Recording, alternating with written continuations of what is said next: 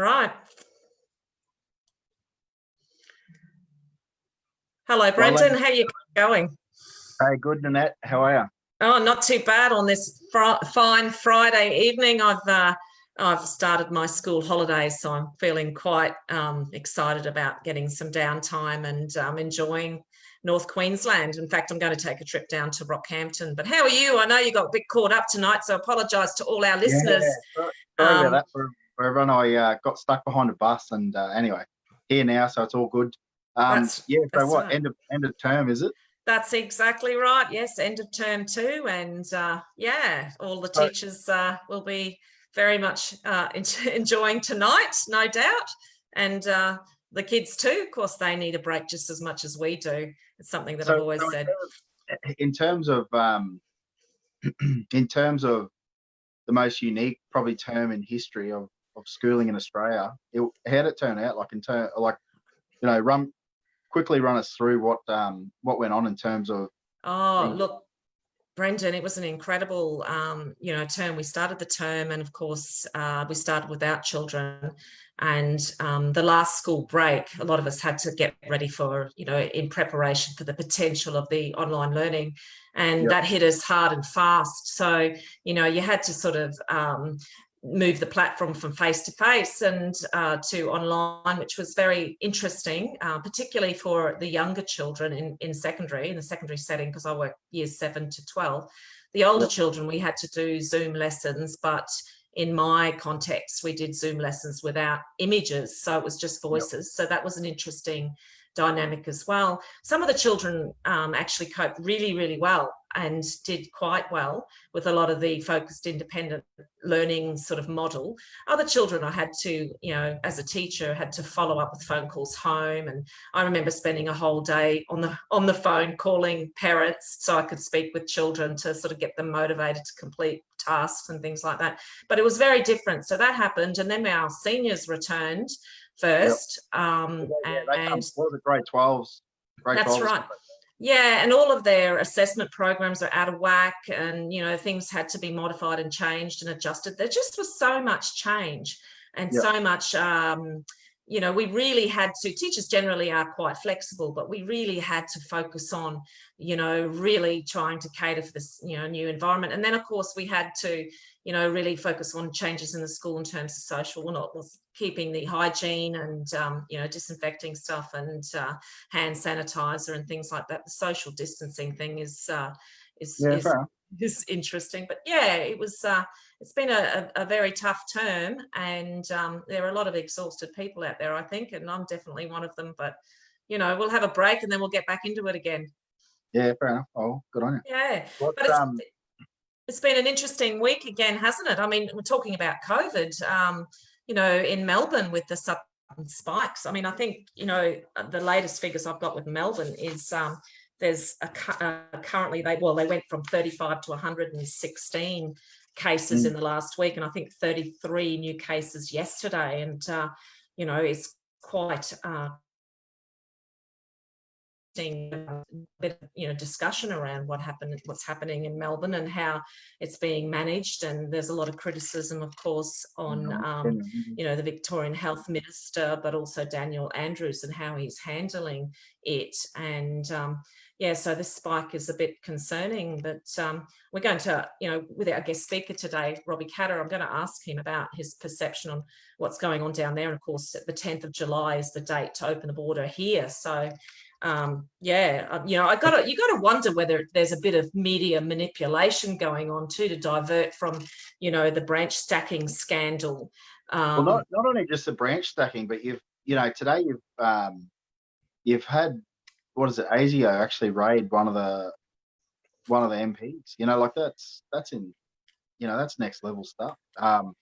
It's said that the CPP have obviously had some sort of influence, and a lot of people that I've seen today, especially on Facebook and other social media things, they're saying this is just the tip of the iceberg, and it'll be interesting. There'll be a lot of people come out now. I know one of our previous guests, George Christensen, he's come out early and said, he's not even surprised. Like he actually he honestly would, hand on heart, think that, yeah, look, this has been happening for a long time. Yeah. So it'll be interesting to follow those people who have been pushing it for quite a while now. But yeah, as you said, we're going to have Robbie Katter on here. I think early on, I'll tell some people the thing, really listen into some of the stuff that Robbie has to say, because it puts it from a different perspective. Like a lot of people don't understand. Like, you see the stuff in the media, and a few, like, a lot of the times when I've talked to Robbie, I'll ask the question, "Oh, how come it was like this, or how come it was like that?" And he'll tell you from a different point. And even when we spent some time with him at the Parliament that was in Townsville, he actually sat in the bleachers with us and explained what was happening, and explained a few different things from a different point of view. And because he's been in the Parliament since 2012, I think it gives you that different perspective on it. So I advise the listeners, like the people watching tonight, just to some of the stuff that he says, take it on board, because I think it'll change your perception of actually what goes on in politics in Australia. That's my honest. Yeah, I think if he's good enough to tell us different, like, anyway, you'll see what I mean with some of his answers anyway. So. Yeah, no, absolutely. And, I do also encourage our listeners and viewers to post messages or questions or comments, and we will share them with him as we go along through our interview with him. So, if you've got a question you'd like it answered, just post it, and, we'll have a look at it as we're interviewing. But certainly there's lots to talk about. And I'm really quite interested in talking to him about CopperString 2.0, and in particular the announcement today of the 2 billion, or I think it was in the paper today, the 2 billion wind farm near Hughenden as well, which is another major renewables project reliant on CopperString too. So I'm going to ask him some questions about how that's sort of all falling into play, and the perceptions of what's going on there, because there is some criticism about the actual transmission capacity, and of course a serious amount of upgrading needed as well there. But power generation in the Northwest Minerals Province. So it's very exciting stuff for the Northwest if it does go ahead. And of course that $2 billion wind farm is projected to start construction, if things go ahead, in 2022, I think it is. So well, look, without any further ado, let's get Robbie Katter in here and start our chat with him, and see what he's got to say about a whole lot of things. I'll just put him in now.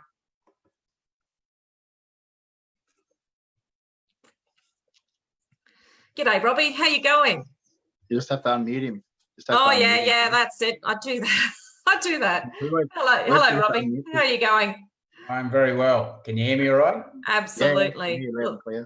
Look, thank you so much for coming on High Humidity. This is week 9 of our show, and it's just it's all things Central and North Queensland. It's general chat about what's going on in the north from a political perspective, and also we also aim to try and reveal a bit more behind the man or the woman that is our elected leader. So thank you so much for giving your time tonight. My pleasure, and congratulations on the show, guys. It's great. Yeah, thanks, Robbie. Yeah, it's been good.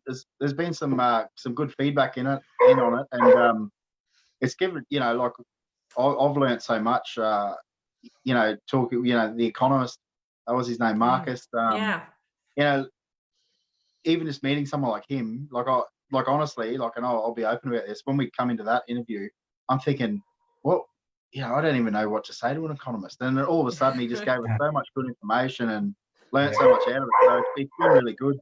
Nick DeMetto, it was, it was refreshing to have him on. Stephen Andrews from One Nation, having Malcolm Roberts and George, and just to name a few. So no, it's been really good. It's been really good. No, really good. Well, let's just start the interview, Robbie. Look, tell us a bit about your background. Some people know about, what you've done before politics, but there's a lot of people that haven't. And I think you've got a friend in the room too. Which pup you got? I can't try to work out whether my dog likes your show or doesn't like it. Well, we'll see. Just a little bit about your background and what you did before you entered politics, because you've got a bit of a story there. So I guess everyone doesn't think their story's that interesting. I'll try and enhance it as much as I can. So I grew up in Charters Towers. Many people think I've worked in Mount Isa, Cloncurry, like the rest of my sisters, but I didn't. And Is he inside? Maybe a bit of a pat might settle him. Yeah, I think you're right. So that I grew up in Charters Towers, where I spent 19 years there, and I always say I grew up on a diet of rugby league and probably nothing much else. I loved my sports growing up, and I left school and went to I worked in the mines for 2 years, and I really concentrated on my footy in that period. And do you want to excuse me for 1 second? Yeah, look, we'll keep chatting because we can talk about footy. Yeah. Okay, no worries. I'll just shall I put him in the waiting room again? Anyway, while we're talking about the footy, what do you think about the Cowboys, Brendan and Paul Green? There's some debate around whether he might actually be continuing. Obviously, the coach is under a fair bit of pressure. Like especially probably the people that I follow on Facebook. A lot of my Facebook friends, obviously avid Cowboy supporters, like most people in North Queensland. But there's been a fair bit of growing pressure on Paul Green for a while, and a lot of people say they need to change the tactics and all that sort of stuff. So, unfortunately, a lot of times when teams are underperforming, they look straight to the coach and blame the coach. I always say though, like the coach isn't on the field and he's not missing tackles. So they've obviously got to find something. Well, they play the Knights tomorrow, don't they, at 3:00? And I think he's stuck with the same 13, hasn't he? But yeah, let's see how they go. Welcome back. Is he in the room with you, Pup? No, yeah. In the house. But, my wife's away, so they need attention. Absolutely. Okay, so bit of footy. We were on to the topic of footy. You played a bit of footy. Well, yeah. It always played a big thing in my life, and I was working at the mines in Charters Towers for a couple of years after school, and really had a go at the footy. And I was in the young gun squad, and that was just when Super League came in, and I was trying to break into the under-19 squad, and I got beaten by a 5'8" that came up from Rockhampton. His name was John Doyle, who, as fate would have it, I ended up in a charity boxing fight with last year, and I've become mates about here. And he won the 5'8" spot, so I tuck-tailed and ran, and I went down to Brisbane to uni, and I was down in Brisbane for 5 years, became a property valuer through my uni course, and that took me back up to Townsville. I was there for 4 years, and that's where I met Bunny. They're playing rugby union I played a couple of years league, a couple of years of union in Townsville, and then I came out to Mount Isa, I came out to Mount Isa 15 years ago to start a business. I bought a valuation business out here, and a lot of my work when I was in Townsville was out in the rural area, so I was a rural valuer. So I learned a lot about the rural industries, cane farming, cattle grazing, and a lot about bank lending actually, and banking, which is tied into my politics now. And I bought a little business out here that was very lucrative in Mount Isa, and most people come out of Mount Isa for the dough. Coast for show, west for dough, as they say. Yeah, that's right. And about I was here for about a few years, and someone wrote me into running for council, and I very reluctantly ran with the team and thought I'll just serve one term and that's it, just try and help the team get elected, and we had a good result. We 5 of us, I think, out of 7 got elected, and I served a term on council and thought I can't wait to get out of this. And I'd gone through a divorce, and I just had gone through a few things in that period, and was my brother-in-law and my dad, another bloke, was starting up this new political party, and I went down to meetings and helped the formation committee for that, and got really interested in helping them, and thought this is great. I got really motivated trying to help them, and and we were looking for candidates and couldn't find, everyone's going, this is brilliant. This is back in 2011, 2012, and everyone's saying, this is brilliant. We've got to get rid of Anna Bligh and Labor. And we want to help you guys. But no one would actually put their hand up to run. And probably more out of frustration, a couple of people around town said, well, you should run, Rob. I said, but I'm not up for it, mate. I'm not up for it, and a couple more friends had said, no, mate, you can win this. And I thought, oh, well, you know what? Bugger it. I'll bloody do it. It's probably more out of frustration that no one would stand up and have a go. And we're trying to get candidates that did that. And most people say, oh, you followed your dad in a politics. I said, pretty much the opposite. Like dad, I remember saying to me, no way, I don't want it on my conscience. If you get drawn into politics, I don't want to look at that. And I was lucky to, I just sort of very lucky that it was a well-known family name out here. So the profile helped with my profile, and here I am now 8 years later. So that's it. Now you're the leader of that party. So yeah. How's that been? I mean, stepping up from being an elected member of Parliament, and you've got Traeger is a very, very big electorate. There's got some kilometres there.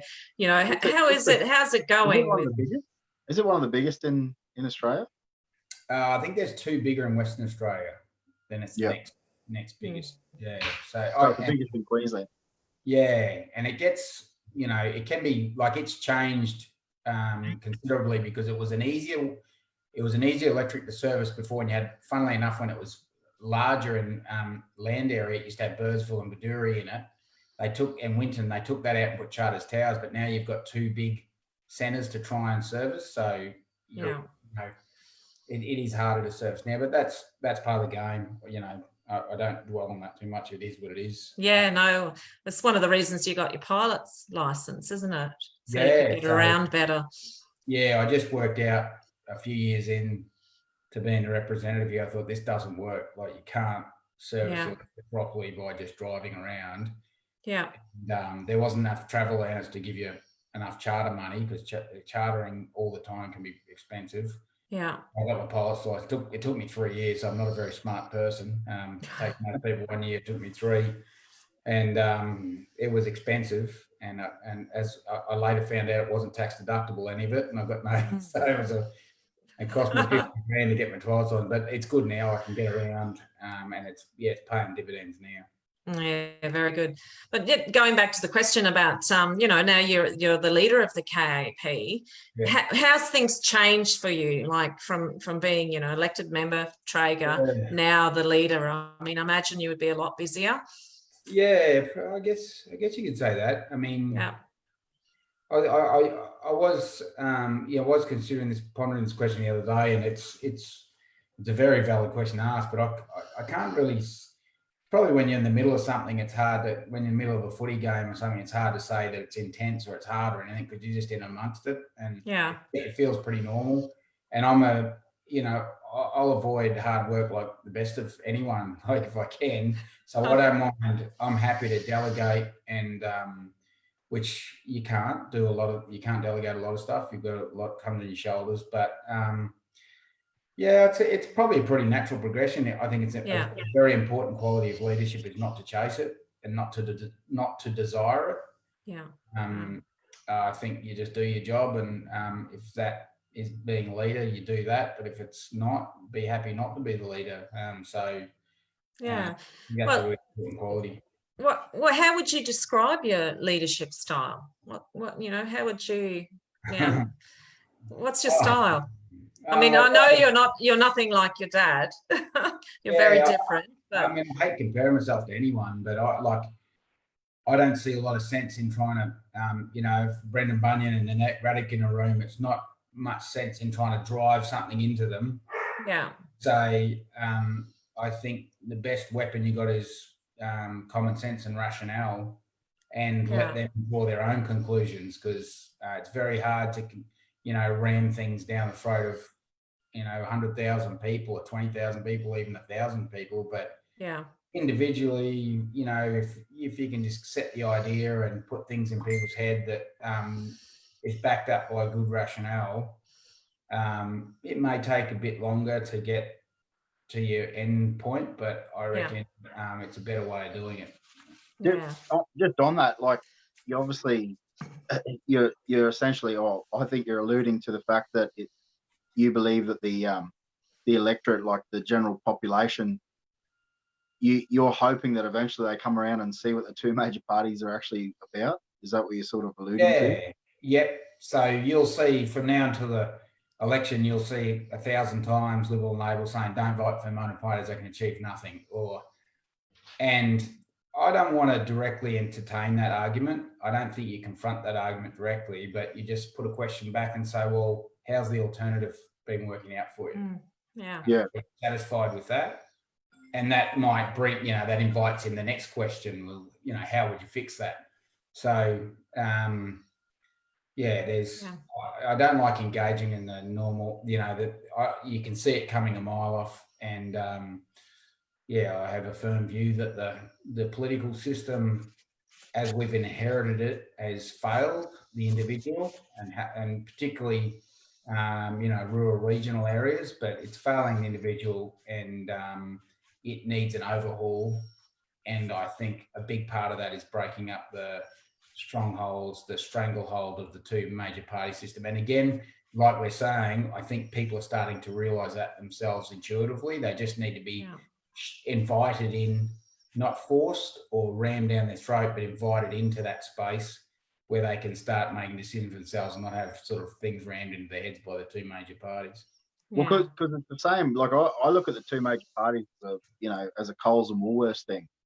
Some people shop at Coles, some people shop at Woolworths, and when you go, well, we should break those companies up because they're just ripping us blind, and the cost of living's gone up off the back of their shareholders getting richer, and people go, yeah, that's a good idea, but how are we going to do that? And they don't want to legislate. They wouldn't probably. A lot of people wouldn't actually support to legislate that they break those Coles and Woolworths up, but yet they'll still say the same thing, like, oh yeah, it'd be good if we had more like another big major party, but they won't actually try and allow the minor parties to get bigger. Like it's something that's really, I don't know, takes a lot of patience, I guess. Robbie, is that? Yeah, well, it does take patience because I don't know a better way to do it than how we've addressed it. And that's not necessarily a plug for the KAP. It's a plug for just getting people to be more discerning in their voting patterns and to reward or punish people if they're not performing,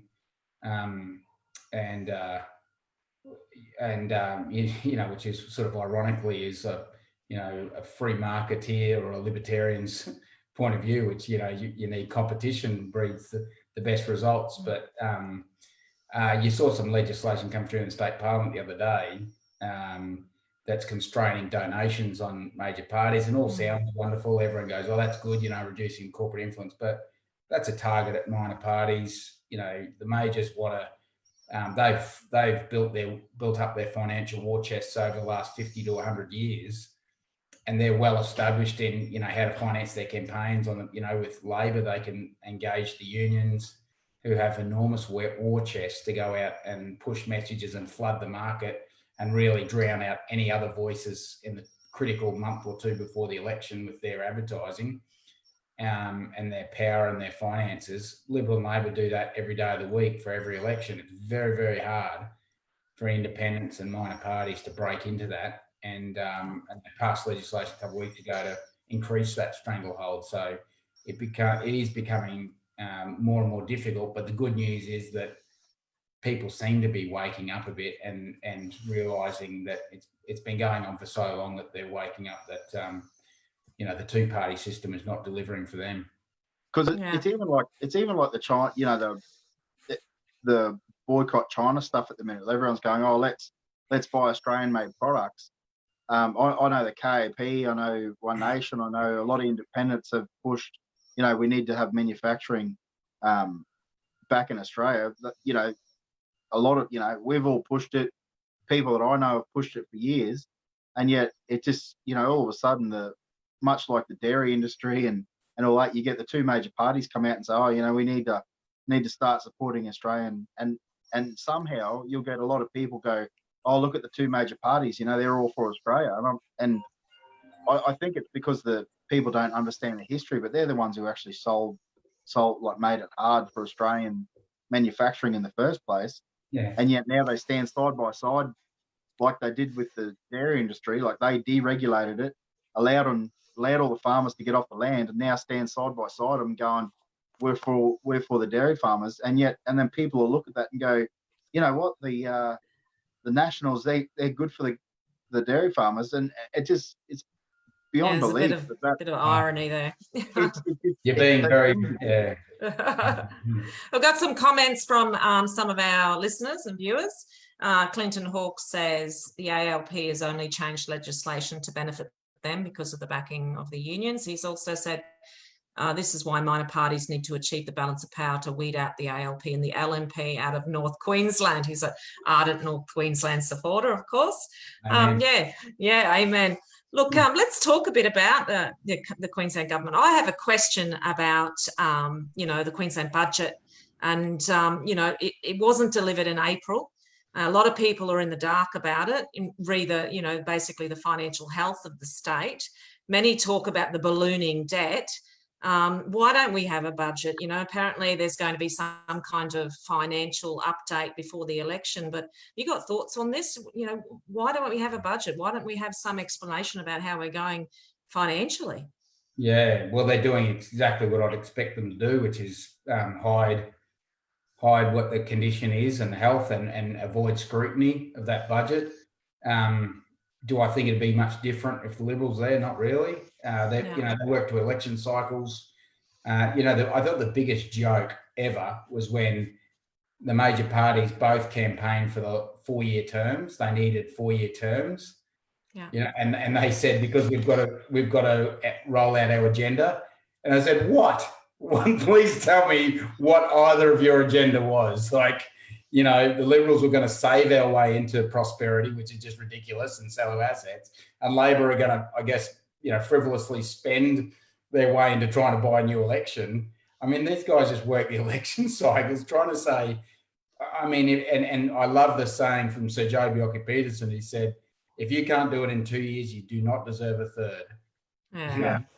You go in there from day one and start, pouring the concrete for your dams and building your roads. Don't go and tell people and do more studies, which is the greatest trick that politicians play now. They do a study or an inquiry, even a royal commission, but they do all these inquiries into things and business cases, which mostly now is just a way of avoiding actually building. It's funny you say that. Like Barnaby Joyce, when he was involved with all that, he spent $100 million on feasibility studies for dams, like $100 million, and that's only just recently. How do you put up with that sort of stuff as an Australian? It's just disappointing that we've spent $100 million on trying to work out whether we need water. I just think that's dumb. It is dumb. Yeah, and he's in good company there, Brendan. There's plenty of other politicians and governments it probably reflects more badly on Barnaby, because I think he does believe they should be built, but he was Deputy Premier of Australia, Prime Minister of Australia, and he still didn't get any built. So, as you said before, they're great with the talk and trying to keep people voting for them, but you've got to be judged on the outcomes, and it is hard. Yeah, the bureaucracy.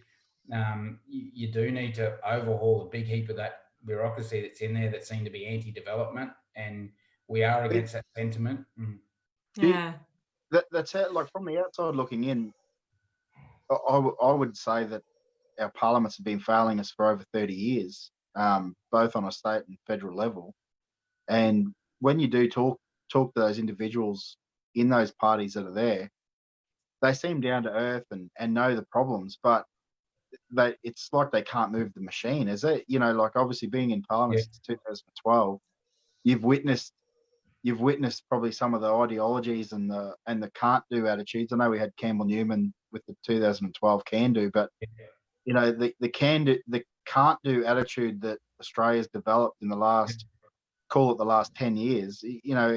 Can you see it changing at all, or is it You No. think it's going to take a bit longer? I mean, it's interesting you raise that can-do thing, because I liked that component of Cameron Newman that said, I'm going to come in and do things. And I think he probably did intend on doing things, but unfortunately for him, he's an economic rationalist, and that, ultra liberalism that was, is ironically like the absolute counterpoint, other end of the spectrum from the old National Party that they get the voters off. And he used to always say things like, government doesn't build rail lines, or government doesn't do this, and we got to bring down the debt. Well, yes, Labor needs to rein in the debt, because they spend money on sports stadiums and swimming pools and hospitals and schools, and they don't look at investing in industry building, enabling infrastructure. But if you're building transmission lines, dams, industry roads that are critical roads or strategic roads, you can go into as much debt as you want, because the debt's good debt. You go into debt to build things that make you money.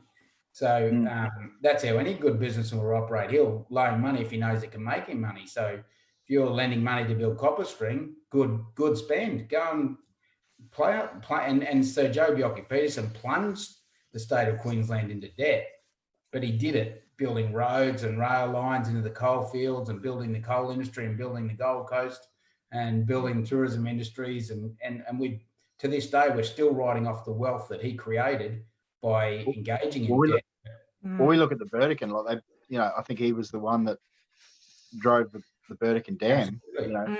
And you look at the Burdekin, it's had a, obviously the sugar industry in recent times has been up and down, but it still feeds a lot of people. Still, the Burdekin, I think, has got 18,000 people. If you took the sugar industry out of it, yeah, fair enough, they're doing other crops there, but it really rode the back of that sugar industry for a long time. So that's been a long time of wealth of someone plunging into good debt, as you said. Yeah. Well, let's just talk some facts here too. I was saying earlier to Robbie before we started the show that some data's come out in terms of, COVID, what's going on now, and what, I guess I'll make the point that it's the mining and ag industries that are actually saving Queensland. But the last lot of data in terms of employment data, April, May, Queensland has lost 41,400 jobs. 31,700 of those are lost to the southeast corner, the southeast Queensland, 9,700 to the rest of Queensland. Now, the most resilient areas right now are Mackay, Darling Downs and Maranoa, according to this data. And it's very clear that tourism and hospitality and retail is being smashed big time now. And it's the mining and ag industries that are holding us and will continue to hold us and probably will get us out of this mess. Now, on the back of that, we've had the announcement today, and Robbie, I'm really, really interested in what you've got to say with the with copper string and the I think it's $2 billion wind farm that's going to be built out at Hughenden. Now, it will only go ahead on the back of copper string getting up. Is that exciting? You guys excited about that in the Northwest? Yeah, sure. Farm? I mean, any development, I think, excites you, and I'm mainly excited about it from the fact that it needs copper string. It creates the impetus for copper string. Yeah. And it combines two political ideologies. So there's, there is a bit of a, I think there's a bit of a dichotomy to that debate on renewables versus coal or those other forms of baseload power, and so it's not completely binary, like some people are a bit of a mix. But I love copper string because copper string fuels both sides of the argument. You're into renewables in North Queensland, there's no more need for any heavy baseload unless you introduced a new baseload demand, which is the only one, the biggest customer. This is actually not a very well known fact, and I still find this hard to believe, but Mount Isa on the Northwest Mineral Province is as big a energy market as Townsville and Cairns put together. Yeah. So you've got a massive big customer that's not connected to the national electricity. That's and a lot of these big mines out here have a strong appetite for renewables. And there's always people on the coast that want to build renewables to compete against the cheap coal-fired power that we already produce. And you say, well, the only way those things are viable is if you connect Mount Isa to the grid. And Mount Isa, big power, we can bring our power price down by 50 to 30 to 50%, which is just phenomenal if we build copper string. So it's one of those rare occasions where everyone's a winner if we build that. So that wind farm plays into the renewables, which that side of politics that love that then need copper string for their benefit, and I need copper string to keep Northwest mining viable. So it's a happy marriage of ideologies for one beautiful piece of infrastructure. Yeah. It's funny. It's funny. I was going to say, it's funny you say the one side of politics.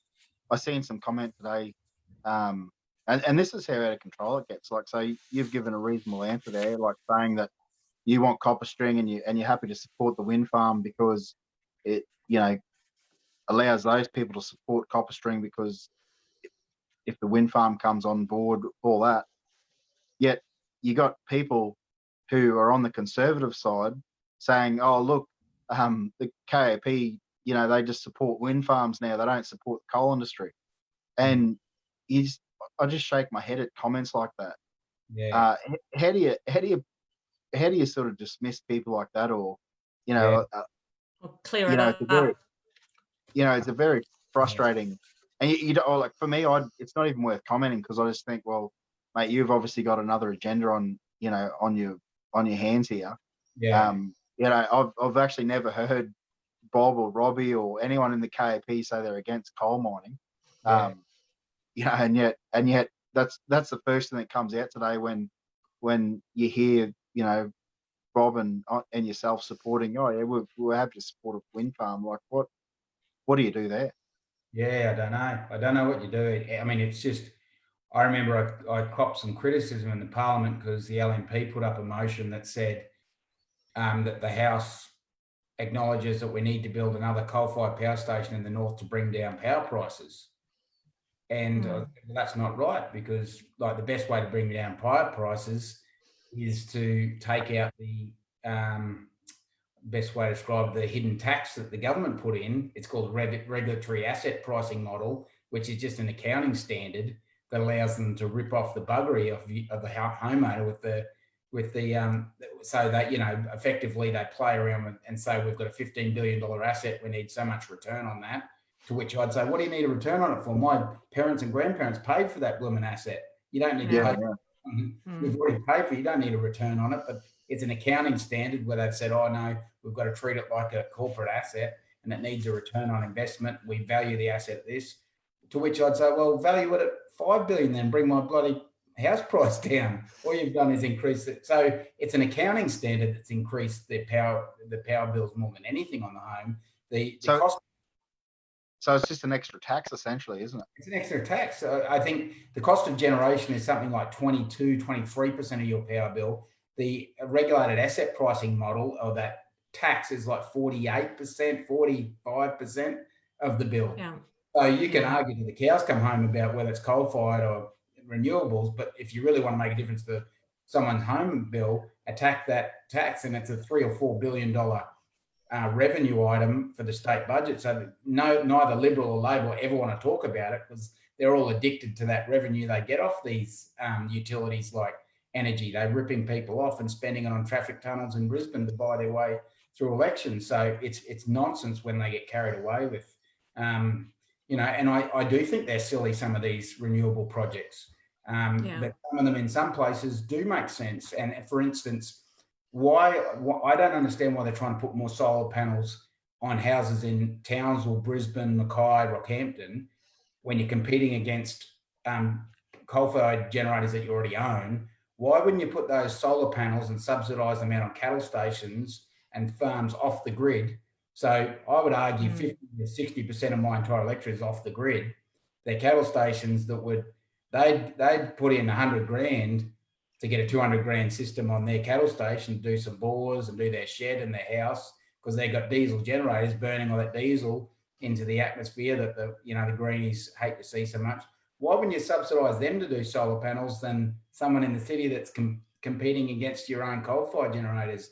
But will they do that? It makes too much sense. And I've taken that directly to ministers before, and they've done nothing with it. And I think that another win-win situation for people. That's a role that renewables can. And you talk to a lot of the cow cockies out here in Western Queensland. They love the solar. They love more solar pumps on their bores, and some for their sheds when they're off the grid. But do you think the government's looking at that? No, not enough votes in it. You got to do it in value. So, okay, we've got some more comments from our viewers. Cal Bunyan, interesting facts about the wind farm location. The wind at that site comes at the same every day. William Bates, 2 billion for an intermittent renewable.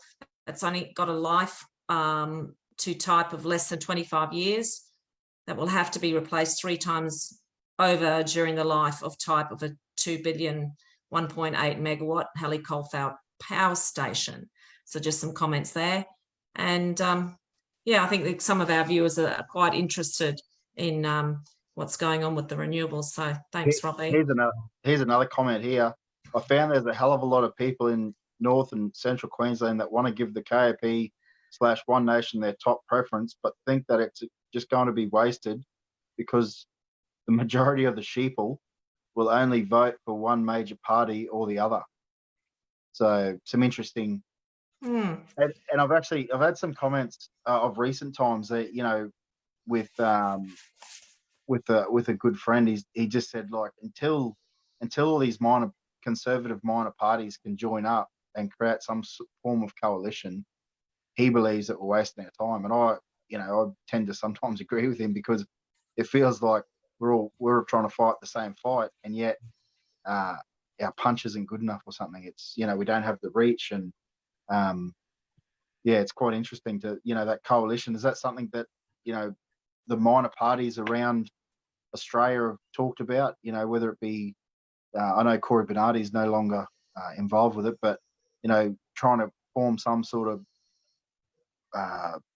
third major party with lots of little minor parties in it, and having that one brand underneath or anything. Has it been anything like that, Robbie? Yep. Can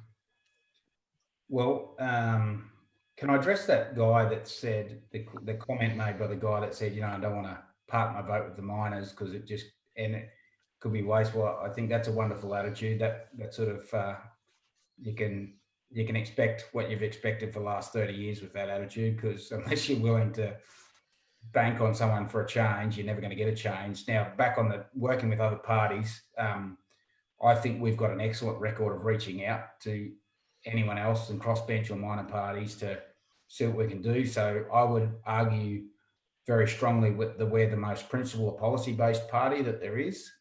We've got a set of core values and principles that is embedded in our constitution that no one else has. And we don't exist for the benefit of just promoting a party. We exist, and all our efforts are because there's a bundle of policies which are probably as best described as old country party values that we feel need to be promoted. And without mentioning names, I think there's been other parties that have really faltered on some of those badly on some of those values, not consistently, but on occasions they've faltered badly, and you would raise deep concerns that who you're partnering up with. So I think once you could work through that, there'd be strong opportunities to combine with someone else, but you want to make sure that you wouldn't be diverting too much from what you formed the party for in the first place. When you see them depart from some of those values, and one of those things is where the counterpoint to the free market policies and neoliberalism or economic rationalism, whatever name you want to give it, but the free marketeers out there that believe in globalization will save the world, there needs to be a counterpoint to that in politics. And I would argue that we're the only one with a clean record on fighting against that. But others are very close to us on that issue, and I think getting closer. So if it's demonstrated that we can push those policies better with the combined force, we would be very interested in that conversation with people.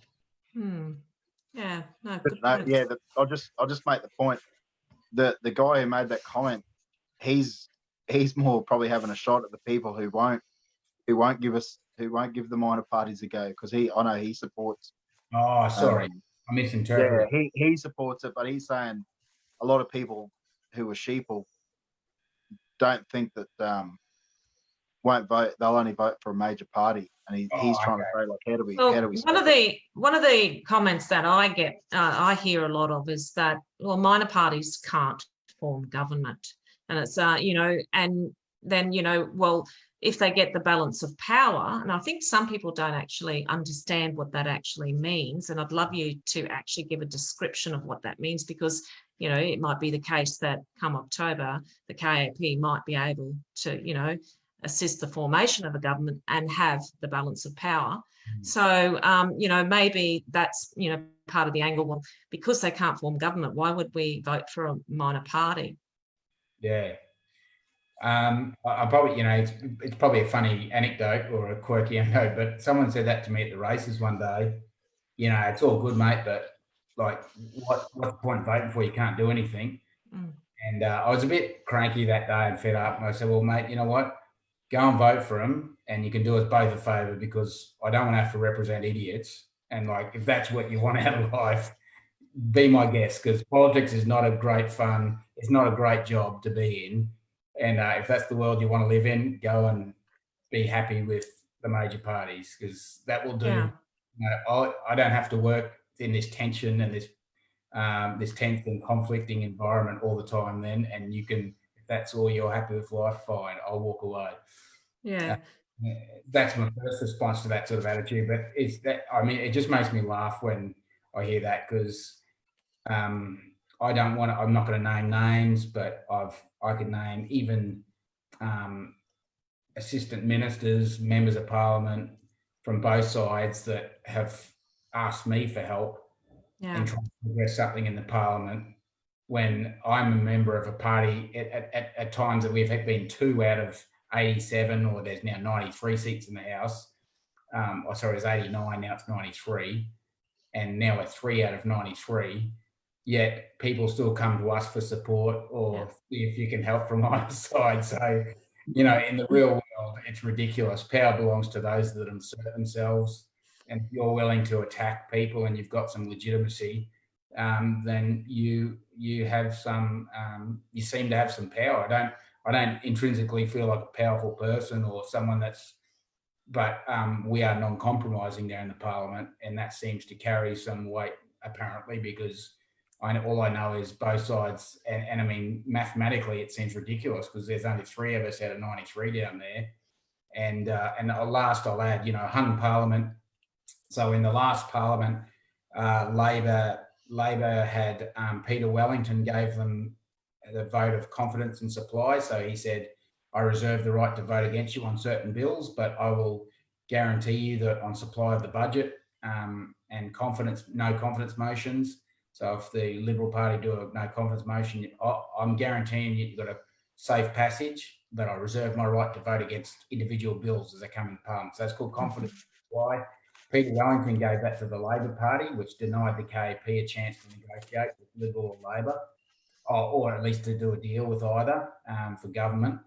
And people hate the word deal, but I don't know a better word to use. But our condition has always been whoever in government provides the best proposition to our homeland, North Queensland, or Western Queensland, North Queensland, that's who we think should deserve government, and to even things up.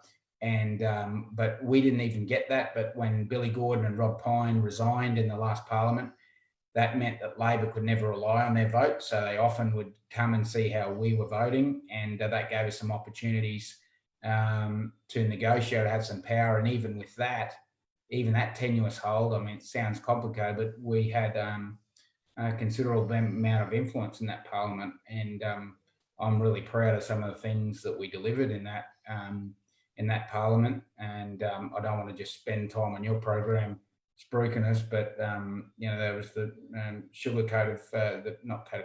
marketing bill, which was arbitration rights back into the sugar industry.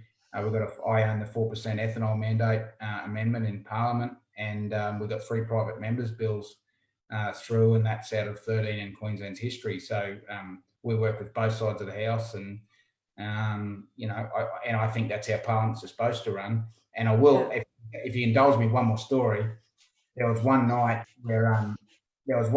and I won't go into too much deep, but there was a bill where neither side knew how the other was voting, and usually they've got a pretty good idea. This one night it was a real anomaly, and it was I'll say it was a taxi bill that the KP put in to protect the taxi industry, or to level the playing field, so that Uber had to provide some services that taxis do, just to level the playing field. Yeah.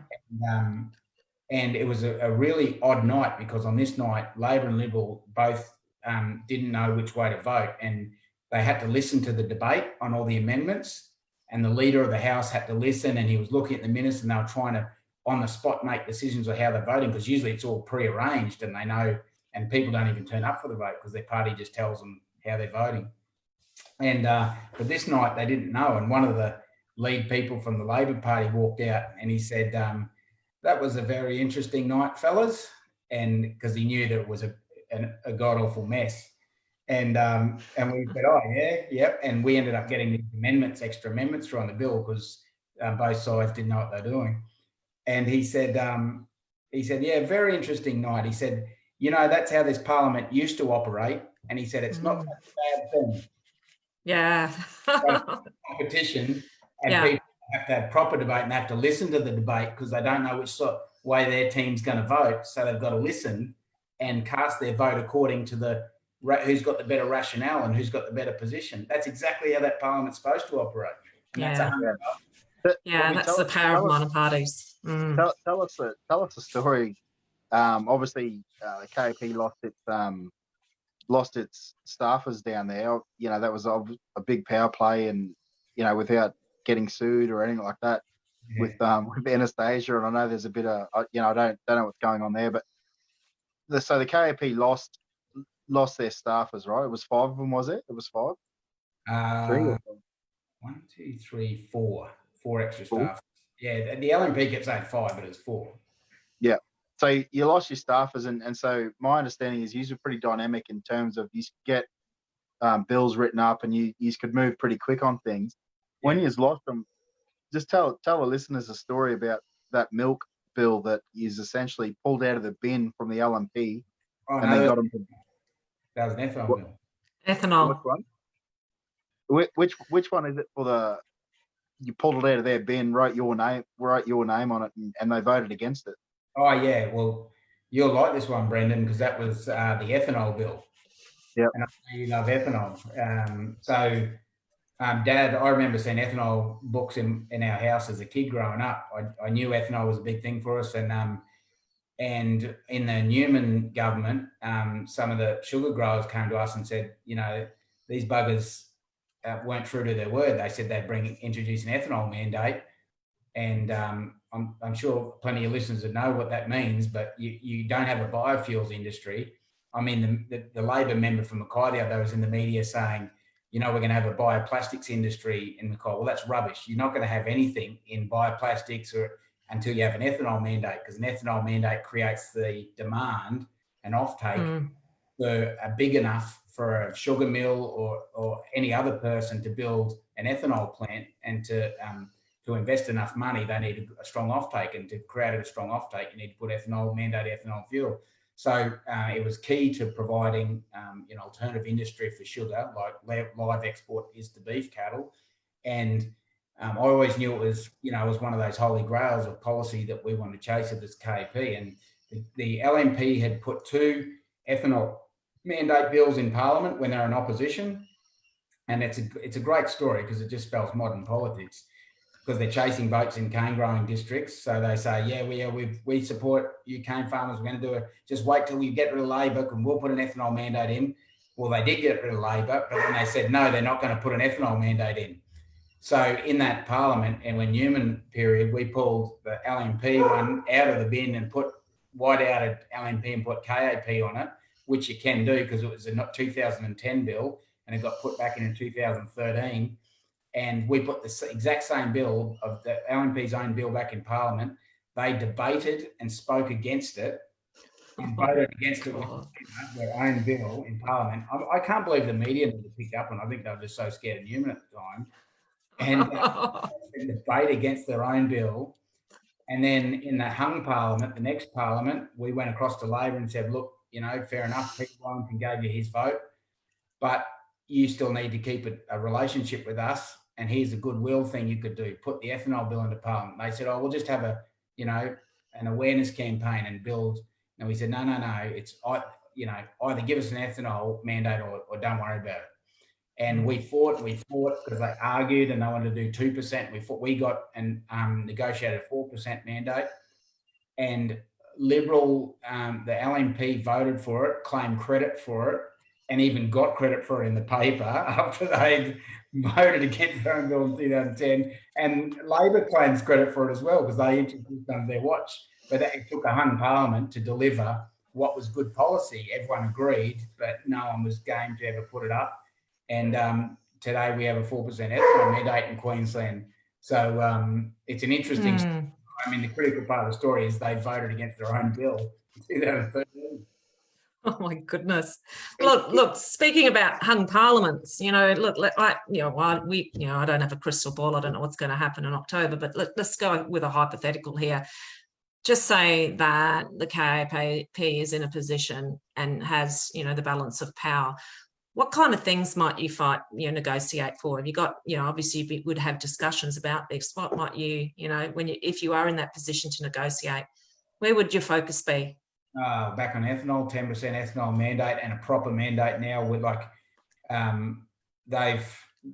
as they always do, they slide out of these commitments. So the government's been weak. They've issued no fines to any oil companies or fuel companies on the mandate. So that they'll, if you're not tough with big companies, they'll run all over you. So they need to toughen up the ethanol mandate, tighten it up, and also increase that to 10%. Yeah.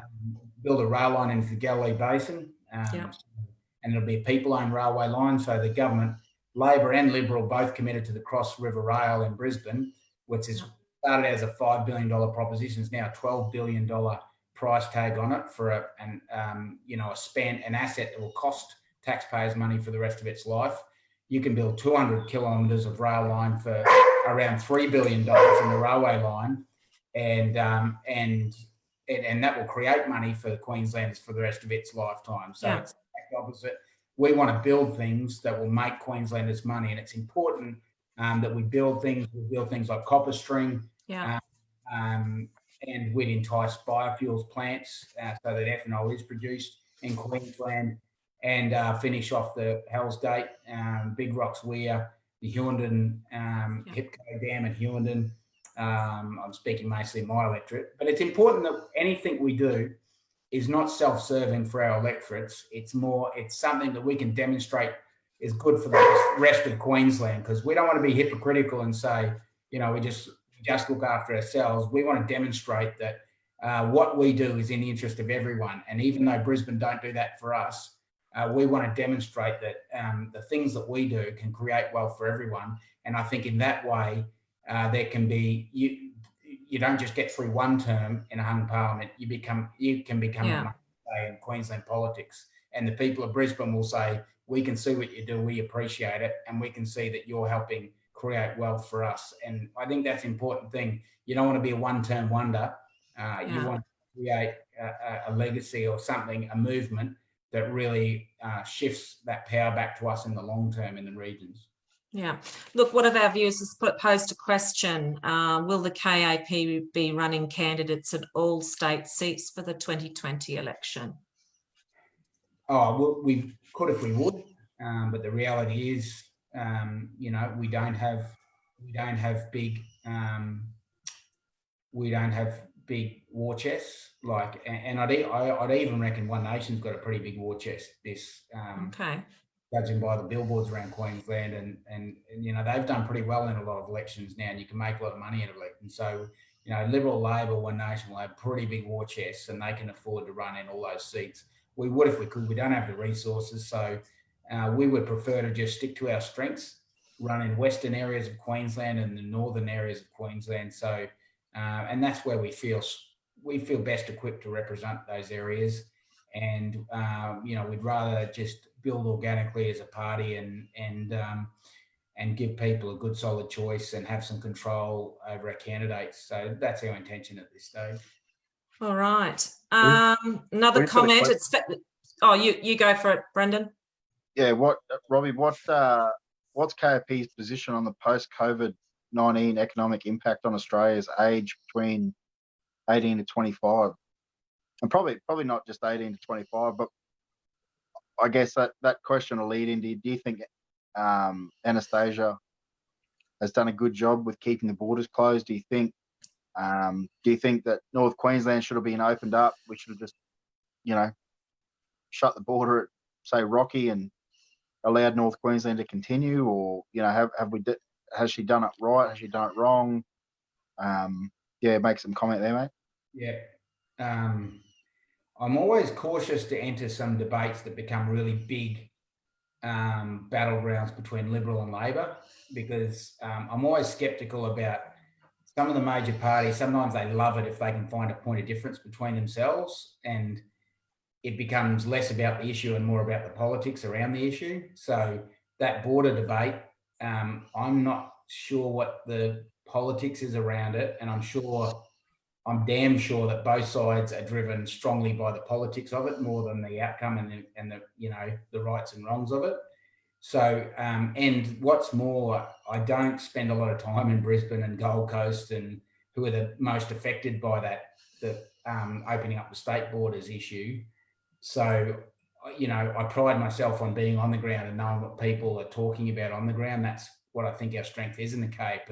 But I don't spend a lot of time down at Gold Coast or Sunshine Coast or Brisbane. So it's hard for me to engage heavily in that border debate.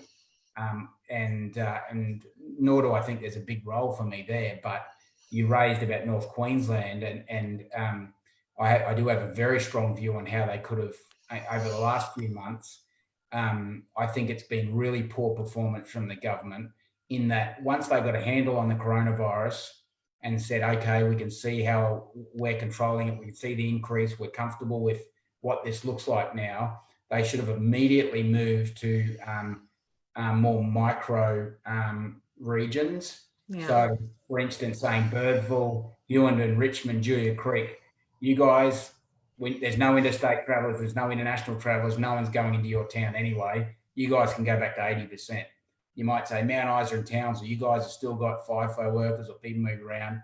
We're going to put you back at 40 or 50% of the activity of how you normally operate. And they could have worked like that and said North Queensland will cut you off, and then you can operate back all closer to that 70-80% of your capacity. But they didn't do that. They just sort of lumped in and made some clumsy sort of broad regions that I think really didn't do justice to.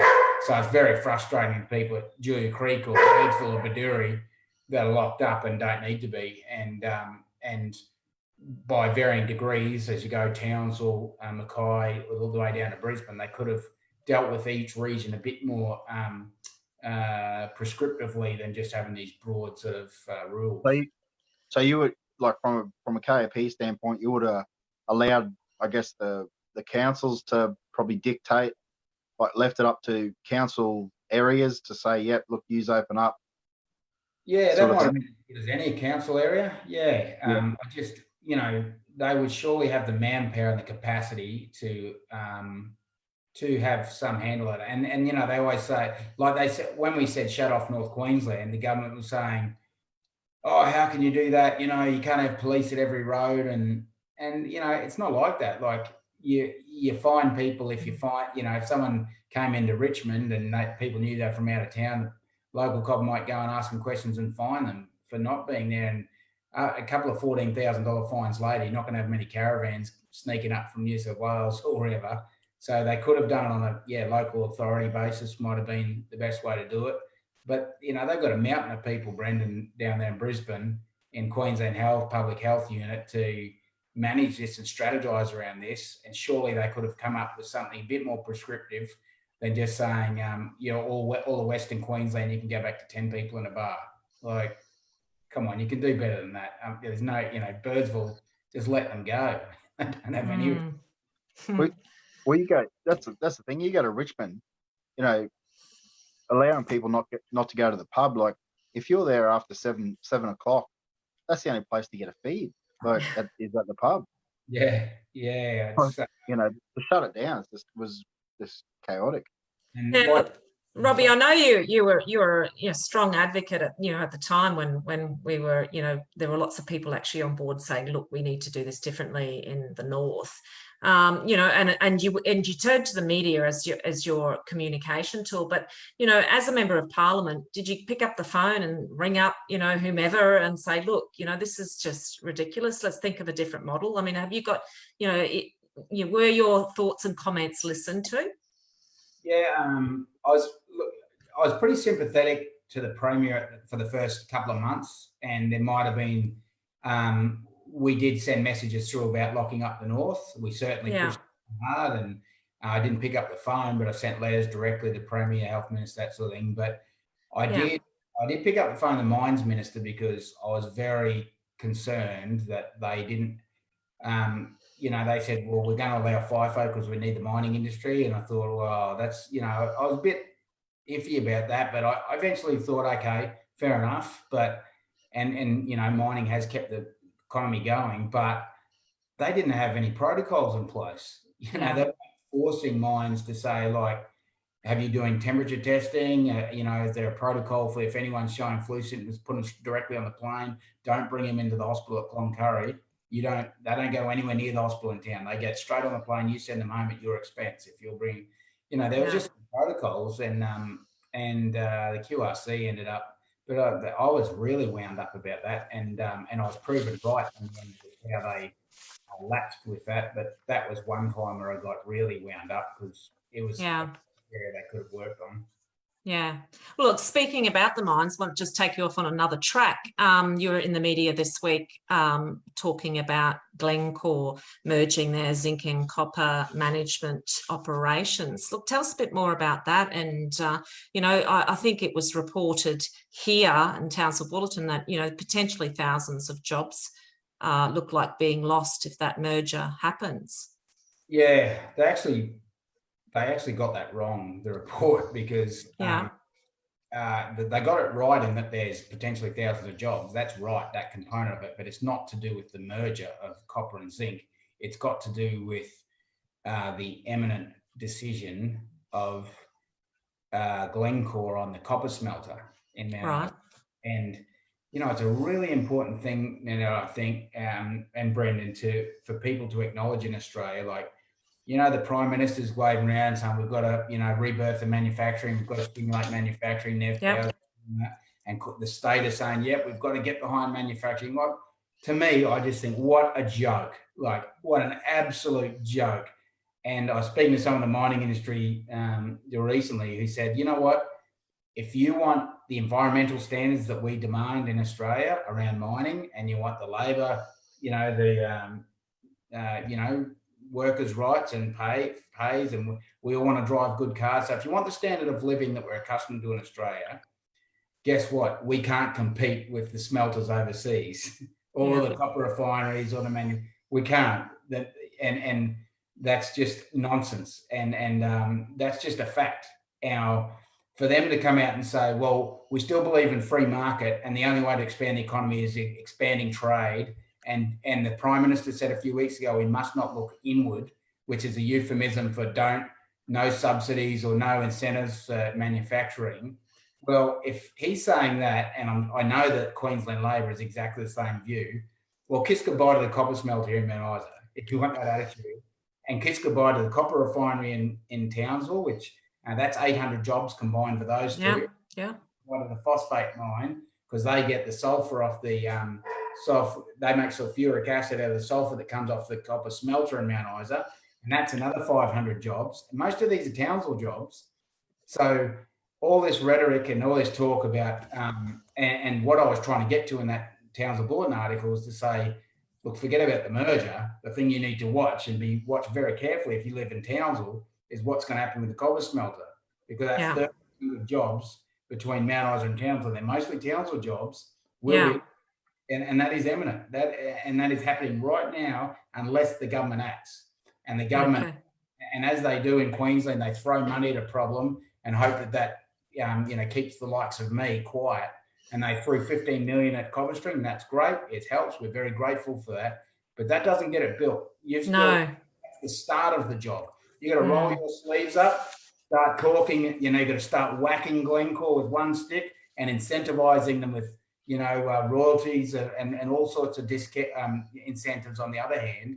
And that's the game that you play, and that's how you get your hands dirty, and that's how you make industry work in the state. And you talk to them, and you engage them, and you break both their ankles, and don't let them go. And if they say, and if you give them royalty discounts and to keep smelting and manufacturing going, and then they still walk away, when you introduce some legislation that kills them and makes them pay for an environmental levy or something. And so you've got stick in one hand and you've got your incentives in the other, and you make it work. And that's what I'm trying to get through to the politicians there in Townsville and to the government here in Queensland that, don't make me angry and talk about manufacturing unless you're willing to act on it. And here's the time to act. And let's see if they are serious about this with the copper smelter, and quite separately to that Copper String, which means thousands of jobs in Townsville, and very big things to keep an eye on, Annette. Yeah, no, I've been a fan of Copper String for some time, but completely, like you said, it's only the beginning, and we need both our federal and state governments to work together to achieve Copper String in its full vision. There's still a lot more work to be done, isn't there, Robbie? Most certainly. It's these things, they take years of work, and all too often I've just seen governments, they love announcing a business case for a dam or initial funding for the start of building this, and then you get to the election, they think, well, thank goodness for that. We could have lost the election if we didn't have a nice statement to make on that. And then it doesn't get built and everyone walks away and forgets about it. But I'm not going to let them forget about this one. No, Robbie, fair enough. you mentioned one.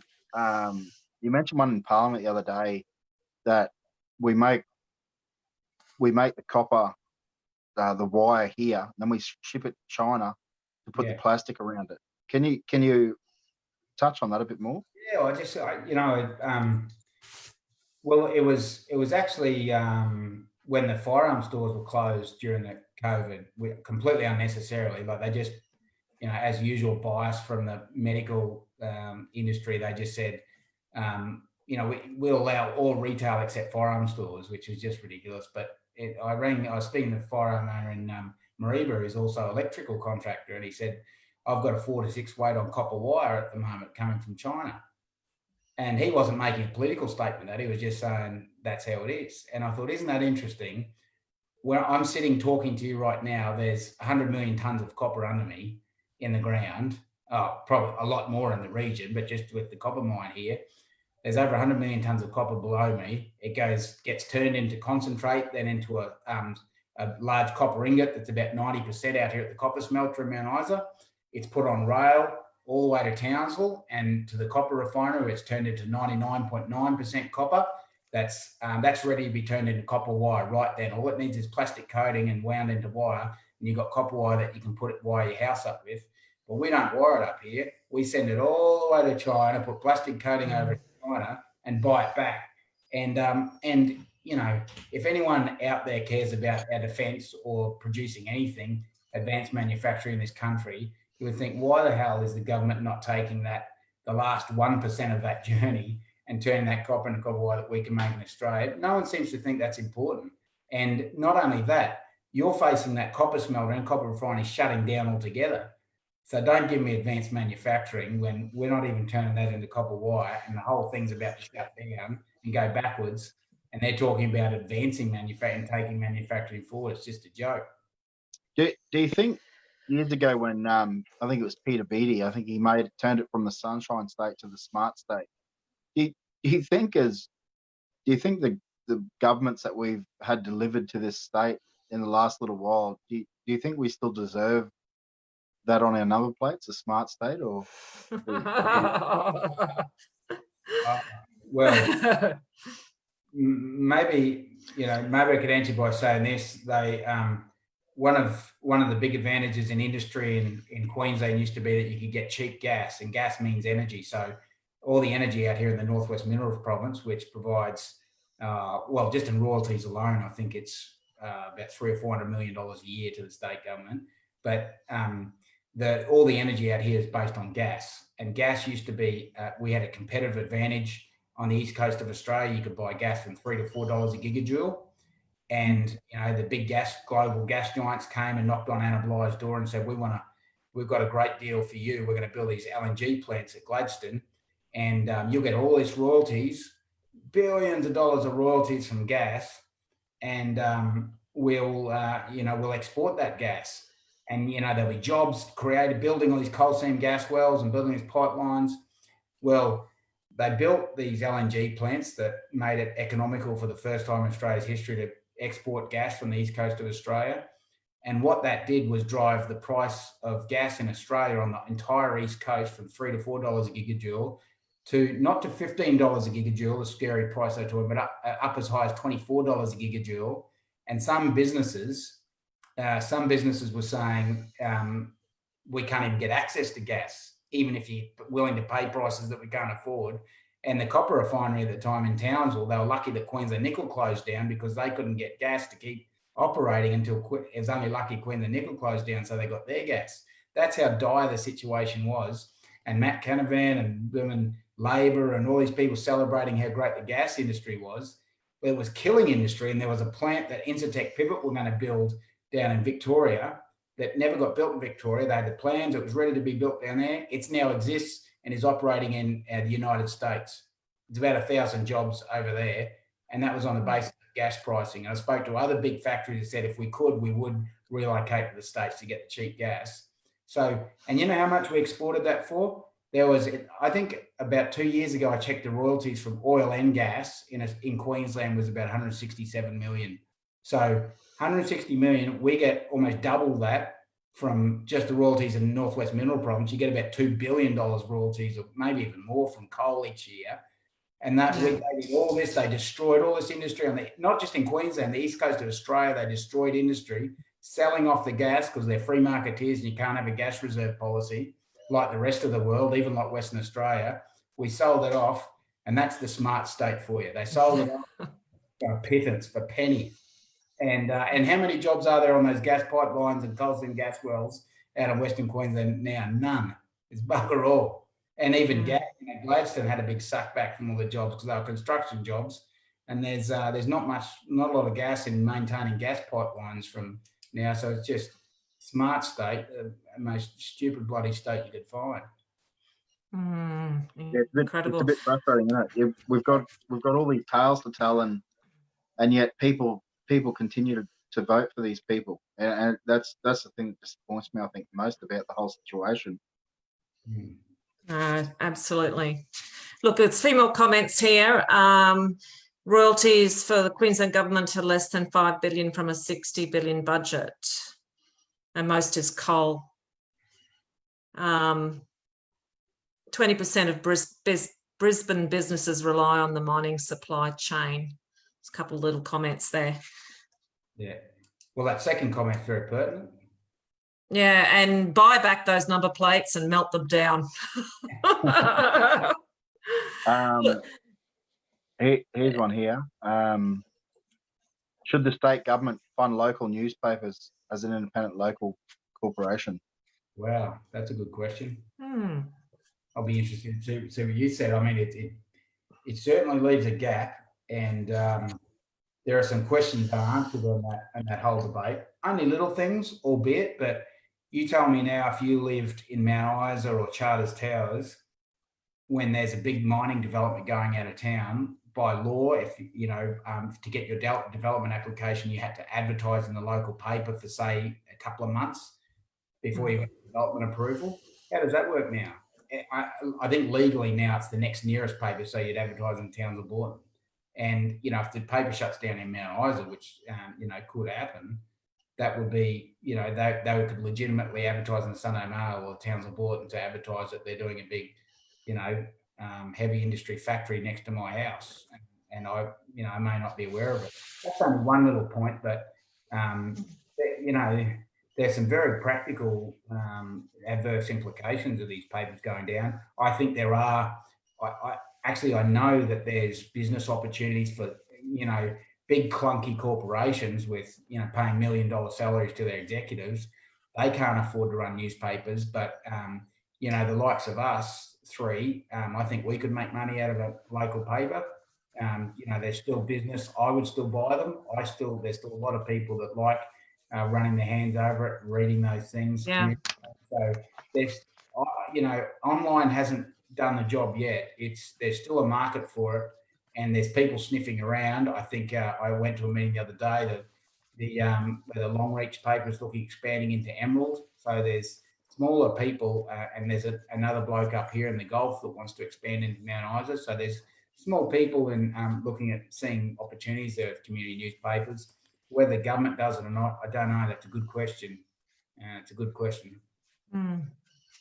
Look, you have to work, as in the position that you've got in government, you've got to work with a lot of people, and I'd love to hear your thoughts on, what it's like working with some of the other politicians from other parties, so non-KAP, non your two colleagues. Who are the good ones? Who are the ones that are truly genuine and fighting for us, or that you've enjoyed working with, and that are sort of on the same page or on the same wavelength? Not many on the same wavelength. I keep coming back to this theme. We've talked about a lot tonight, but I'm, old country party. So I believe that there do need to be protections. I do believe in regulation of some industries, and I'm very anti-deregulation on some industries. And I don't believe that globalisation and free trade are the panacea of economic prosperity for everyone. So that puts you in the minority in Queensland. And that's a pretty fundamental thing to have a difference on. So if you don't agree on that, you pretty much disagree on most other things. So that's a very defining characteristic that I think differentiates me. So look, I would say I share a good relationship with Colin Boyce and the AMP. On the Labor side, there's a couple of I had a catch up with Bill Burns, who was I locked horns with a lot and had a lot of disagreements when he was in the Labor Party, but now that he's out, we've had some good discussions, and it's refreshing hearing sort of people, once they're out of the constraints of the party, what their real views are. Mm. I wouldn't agree with much at all that Cameron Dick says. Yeah.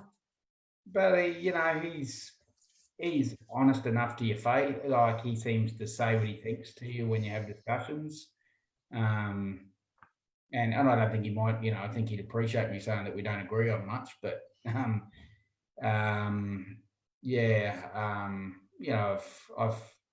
got, personally got on a lot with Kate Jones and Labor, but there's probably not a lot we agree on politically. Liberal again. There's a few in the LNP, but it's hard to say because you try and be friends with most people. Yeah. Do I agree with them politically? Oh, geez, not many. No, fair enough. Look, another question I often get asked and people want to talk about is preferential voting. Yeah. Compulsory preferential voting in the state. Obviously, what are your thoughts on it today? Do you've supported it in the past, obviously, when it was introduced in 2016, and it's part of what we do. But, we know that the Fitzgerald inquiry actually said that it should be optional. It was, a recommendation, I think. But, Queenslanders are basically forced to put a number in every box. It is their choice, but that in the act itself sometimes means that you're actually putting a number against a party that you just don't align with. It might be last, but you still, or second last, but you don't align with. I mean, what are your thoughts on, preferential voting and compulsory preferential voting today? Well, if you're putting them last, to me, it's the same as, not putting them on there at all. So there's always the ability for someone you really don't, and I think that's the major virtue of preferential voting is to flip it around and say, take the proposition that a lot of people will be going to the ballot box, and I'm going to say cheekily, not in KP electorates, but where we're not running, there might be people going to the ballot box saying, I don't like any of them. Yeah. Not one person I want to win, but I know who I definitely don't want. Yeah. Yeah. In that way, you'd say compulsory preferential voting is essential, because that Yeah. person doesn't know who he wants to win. He just knows who definitely doesn't want to win and what he needs to put him down the bottom. Yeah. So, Okay. and then the other, it's not a great analogy, but it does sort of, it's an extreme example, but my friend, I thought it was a funny joke when my friend's his little daughter, his daughter was in a class captain vote, and there was like 25 kids in the class, and the winner won it with 2 votes. So, when it first passed the post, it's anyone's game, and like some people wake up with the hangover from the election and go, whoa, did that person really get it? I wish my vote didn't exhaust after the first one, and I personally would much prefer that my vote didn't exhaust after my first preference. So I'd say I don't mind Nanette and I don't mind Brendan, but I definitely don't want Rob. And if I vote for Nanette and you drop out, bang, my vote's exhausted. Yeah. Oh, hang on, I'd much prefer my vote didn't exhaust after. And you could say, well, that's just as much an argument for optional preferential. Yeah. But if I'm self-serving, it's extremely hard for the KAP to build to go up against the $10 million campaigns from Liberal and Labor. We won't even have a $1 million campaign. We're up against these giants. You imagine introducing a new soft drink brand to go up against Coke and Pepsi, and you've got to beat them. You want every advantage you can have. An advantage for us is compulsory preferential, because people say, from either side will say, you know what, I just don't like Labor anymore. I voted for them all my life. I grew up. I'm sick of the Liberal Party. They no longer represent the national of the country. But I can't, but I don't want to vote for KP first. But I'll give them. I don't mind them though. I'd much prefer them than Labor, so I put them. And in that way, it's beneficial to us, and we can beat the majors, because a lot of people see us as a steady hand that we can they can park their vote with. So it's almost essential to us to exist, and we already start from an extreme disadvantage. So in that way, I'm a strong proponent of it. Yeah. And the real answer to I think the best system is better informed voting public, and people will become more engaged if their politicians and political parties start standing for something. So if finally Liberals started acting like Liberals, and Nationals, if there's any still exist, I'd probably call Cole Boyce still a National, but outside of him, there's no other. But if they stood for something, then people would engage in politics again and wouldn't switch off. And you would find that, there wouldn't be so much, criticism against voters saying, oh, well, people don't even care anymore. Well, of course I don't care, because no one stands for anything. But I think what we should be aiming for is a system that, I don't know, gives everyone a chance. And I think I like it in that respect. There's a French system, I think, where they do like a round of votes, and then you're left with some grand finalists and you vote again. That sounds like a good system. Yeah. I certainly don't like first past the post. I think that's a clunky, simplistic, and I think if people got what they wished for with that, I think they'd find after a while it's not. Yeah. That. They quickly rush back to a preferential system. Okay. And I've got another question for you. If you were premier for a week, what would you do? Just say you were premier Monday. Yeah. What would you do? I'd wipe out a big chunk of I'd wipe out a big chunk of the bureaucracy that seems to think they run the state in Queensland. Yeah.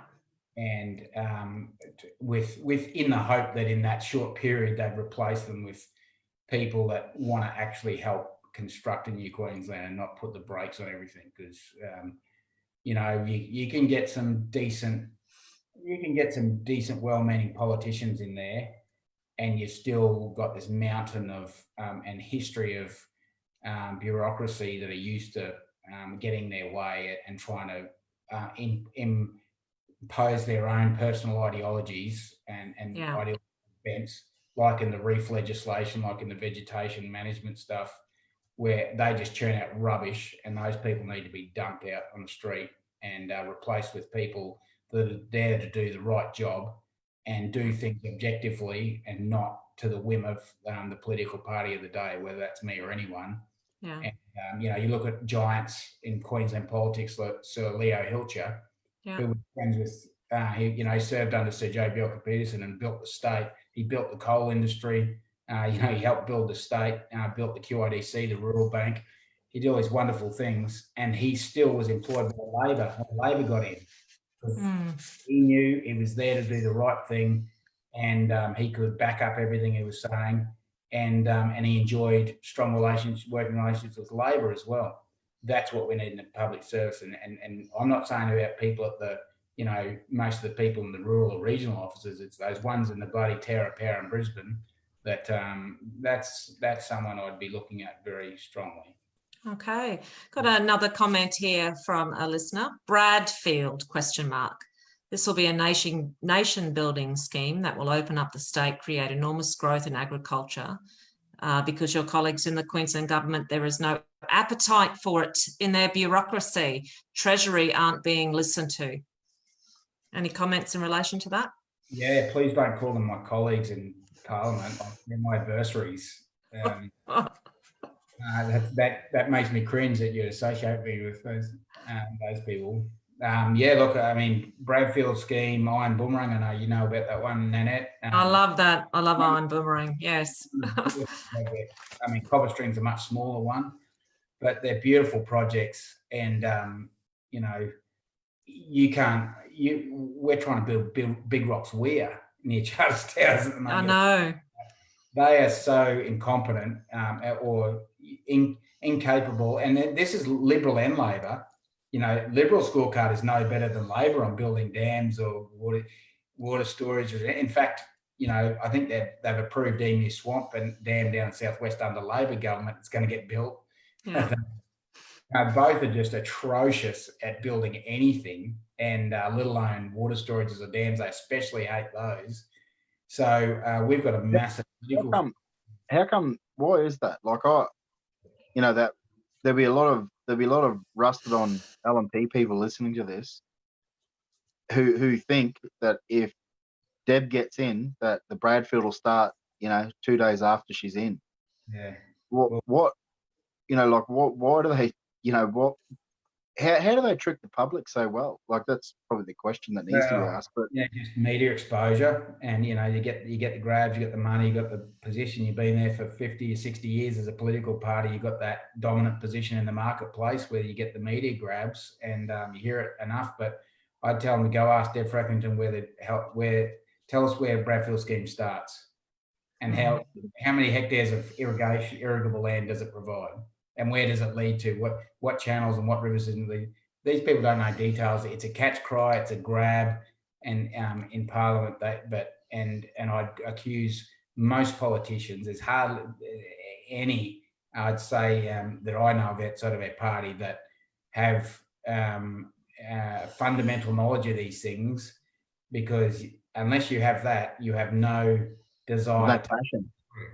Well, you ask, go and ask Deb tomorrow of what she knows about the Bradfield scheme. Because if you don't know, you obviously had no intention of following through and building it. Because the problem comes, there'll be a mountain of treasury and there'll be a mountain of people that tell you can't do it and all the reasons you can't, unless you're willing to stand up to some of them and say, get out of my face, I've spoken to this person, I've already educated myself on these things. I don't care what you say. I've got the confidence to pursue this because I've already educated myself before you tried to poison me with your ideas. Until you can do that, you're not serious about building any of these things. And that's, I challenge you to do that with most of these politicians making announcements. Go and ask them for a bit more detail after the interview. And I struggle with most things because there's not that determination, the desire to build things. There's just the determination or desire to get the media grab to convince people that they're somehow, implicated in it or, responsible for it. Not good. Oh, good. What Robbie, haven't we haven't touched on this yet, but how's the family going, mate? How's the baby going? Oh, Peaches Grace. Yeah, how's it being a new dad? oh, it's very, very hard to come to. The best advice I got from a couple of friends was, mate, there's nothing we can tell to prepare you for the whole ride, the birth at the hospital and the feelings you get afterwards and everything. It's, it's not like all magical fairy tales and the kid comes home and, yes, I love it. And it's, of course I love the thing. And it is exciting. The truth is, it doesn't even know who I am. I may as well be the milkman or the garbage man coming in. Like, not yet. He loves Daisy, and Daisy feeds her milk and she sleeps. But of course, it's a special thing, and you do. It is true, as you both know, being parents. It is true. You start thinking, what sort of a world, my child's going to come up in, and I've got to. Right. And I am starting to experience those sort of feelings. That's probably like, like you say that, Robbie, like same deal. Like obviously, I think grade 7's when I started like looking at politics and following it. I always tell this because we were driving up to Yungabur up the Tablelands there, and we heard on the ABC radio that they were going to deregulate the dairy industry. And when I asked my old man what that meant, he said, "Oh, they're going to make it, and it'll be much like the sugar industry. The farmers will be worse off, and they'll go broke." And I said, "Well, why would the government do that?" And he's like, "I don't know." He was lost for words, and that's probably when I started looking at political stuff. And you're right. When I've got 2 kids, and that's probably now I've kicked along, and Mila and Andy, and you start going, like, we got to do something. Like surely if we can get enough of the groundswell to move and actually get people all on the same page, trying to create a better Australia, better Queensland, better North Queensland, better regions. But it just seems that the long game seems to be that. Like, it seems to just be a long game, and there seems to be a lot of rot that we need to move out of the way to actually create better outcomes. Like you said, it's so hard to do. And now that you got a baby, like your mind's working overdrive, thinking, well, we're going to need copper string because I'm going to need to run a second job soon to pay for the power, my power bill, because it's just going to keep going up, and the cost of living is going to keep shooting up, and we won't have any jobs here because we've got this 2 parties involved that just want everything imported, and we're still importing seafood, and anything that we do here in Australia is that regulated, and we can't swim in the local creeks anymore, and all these things that are so wrong. And yet we all can still stand here and say how beautiful the world is, how beautiful our country is, and yet we're hit with so much, I guess, negativity, which is driven from these 2 major parties, unfortunately. I look at it from a different angle, Brendan. I kind of, having taught, this is my 28th year of teaching high school kids, and I have 3 sons of my own. I'd look at it from the angle, there's so much potential here. And, we need visionary people. We need visionary leaders that, want to build big things for the future. I mean, we'll probably be long gone, when Hell's Gate Dam is built, hopefully not, but it'll be of such great benefit to, Peach's generation and the next, her children. So, this is what frustrates me as a North Queenslander, having, been born in Mount Isa and grew up, this part of the world, and spent most of my teaching career, about 2 years, in central North Queensland. We've got to do stuff to keep our young people here, to get them to see that there's so much potential, and it's a wonderful lifestyle. There's just so much to offer about it. I just think we're just not tapping into it. And when we just touch on things, and we build a stadium, which is wonderful to have a nice stadium in Townsville, but we need long-term projects like Hell's Gate. We need projects like Project Iron Boomerang. We need the Galilee line, rail line built. So we've got stuff there that's nation building and for the next generation, or the ones after as well. So that's what I get frustrated about. Even like ethanol mandates and stuff, like a lot of people don't see how important that is. Yet, we're at 21 days of fuel supply, through Corona, like, you know, if they could have shut the ports down, and all of a sudden 21 days later our mining starts to shut down because we don't have enough fuel to actually keep all the trucks and all the excavators going. Like, it's just, we're so short-sighted. You know, it's not just about the cane farmers.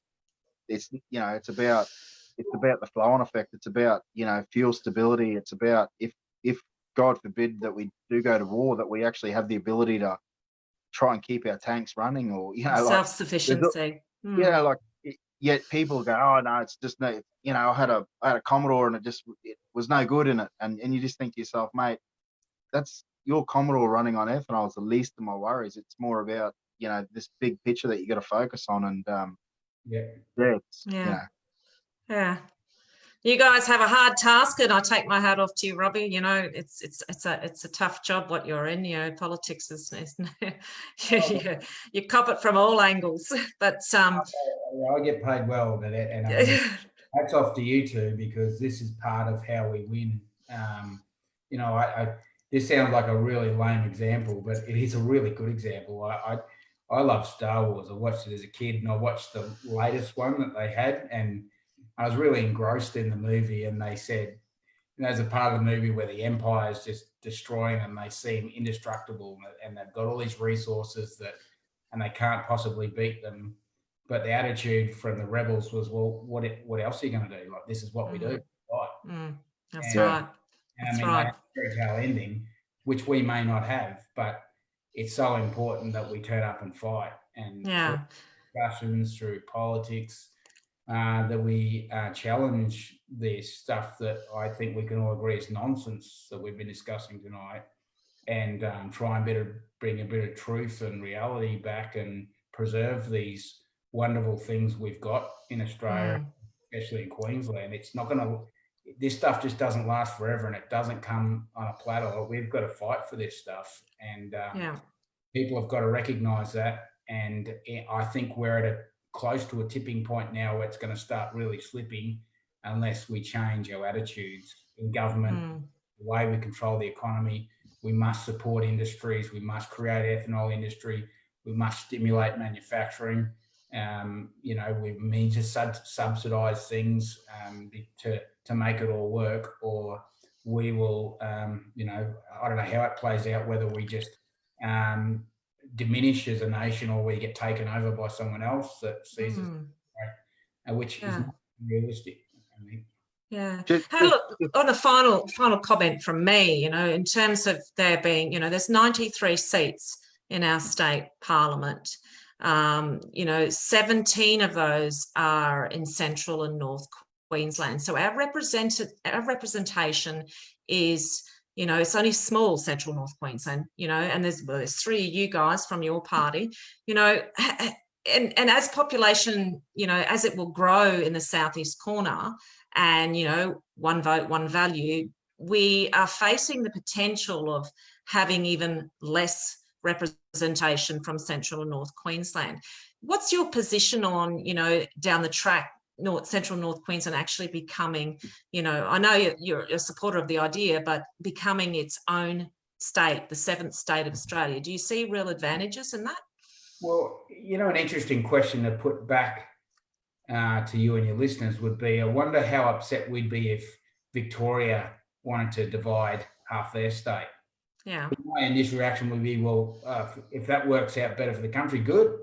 Like, if that helps you manage your resources better, who cares? Yeah, great. Go with my blessing. Now, why on earth would anyone care if we were excised or cut off, or they formed a new state, if they saw some value in it? And you know, the exact same, all the arguments against creation of a new state existed when they formed Queensland, and it, you know, it was excised New South Wales, like, oh, they can't afford it, oh, it's, you know, remote, why do you need to do it? And all the same arguments, and it's just, I can't believe that people would not think it's stupidity to think that you need to keep these borders or never question borders for the rest of our eternity. Like, wouldn't there be some point in our existence that you'd say, maybe these borders they dreamed up, maybe we should challenge them. Maybe there is a bit of a cultural difference between us and those areas, and maybe we would be better off with a bit more autonomy up here. But please, someone needs to answer those questions, because to me, they're obvious answers, and I think it's very hard to argue against them. And you know what the thing is, Nanette? No one ever wants to have the debate. No. No one wants to debate, and the best they can come up with, because KAP's taken this to debate in Parliament, and I might add, our mate Jason Costigan voted against this in the Parliament, the motion for the North Queensland state, which was to say, let's investigate. Let's just investigate having a separate state. Yeah. And the best they can come up with is you couldn't afford it. Well, if that's your biggest problem, when we should go with your blessing, because we won't be able to burden on you anymore. Best they can come up with, and that, as you know, Nanette, that's a very easy argument to counter with some quick mathematics. Absolutely. And look, what I'm finding, particularly, more recently, actually, Robbie, there are more and more people going, well, hang on, that might be a good option. So there's a bit of a shift than there was, say, when I first started, looking into it and discussing it and whatever. So I'm seeing that shift, and I think it could be really healthy, particularly from the perspective of the fact that we don't have an upper house, so we don't have those checks and balances in Queensland. From the perspective of we are going to, Central North Queensland is in time with population growth going to have even fewer members of Parliament in Parliament because of sheer one vote, one value model. It's not the gerrymander years at all, and that will never come back. So if we want big things built in the north, or we want a different approach to tap into this wonderful potential, and with balance, of course. I mean, I'm not saying ruin the environment or anything like that. We've still got to look after the beauty, and we tend to look after it because we're from here and we love it. But we're going to see a lot of change, and decentralized government, competitive federalism, all of those sorts of angles is really powerful, and it could actually benefit the entire nation. And going on with what the mining and agricultural industries are doing now for Queensland, and I firmly believe will get us out of the hole that we're in if there's good attention paid to boosting those industries and growing them even further. It just is testament to the potential. Yeah. All right. Just on that, I'll just make 2 comments, Robbie. One of the ideas, and I like saying this because I reckon it's quite funny. One of the ideas for the sitting Parliament in a new state would be to run the Star Wars approach, or it's a virtual reality Parliament. Would you support that, mate? Like with your love for Star Wars, would you support something like that? So long as there was lightsabers included, and you could I'd be in. I've already started. I got the Princess Leia. Someone said it was Princess Leia. I want to be her. And the other thing I was going to say, I think one of the things that we need to do is actually, I've been in some arguments with some people from Brisbane saying that they're sick of North Queenslanders whinging about it, and they actually want us to go. So we need to try and actually get them on board to get us kicked out. On your bike, off you go.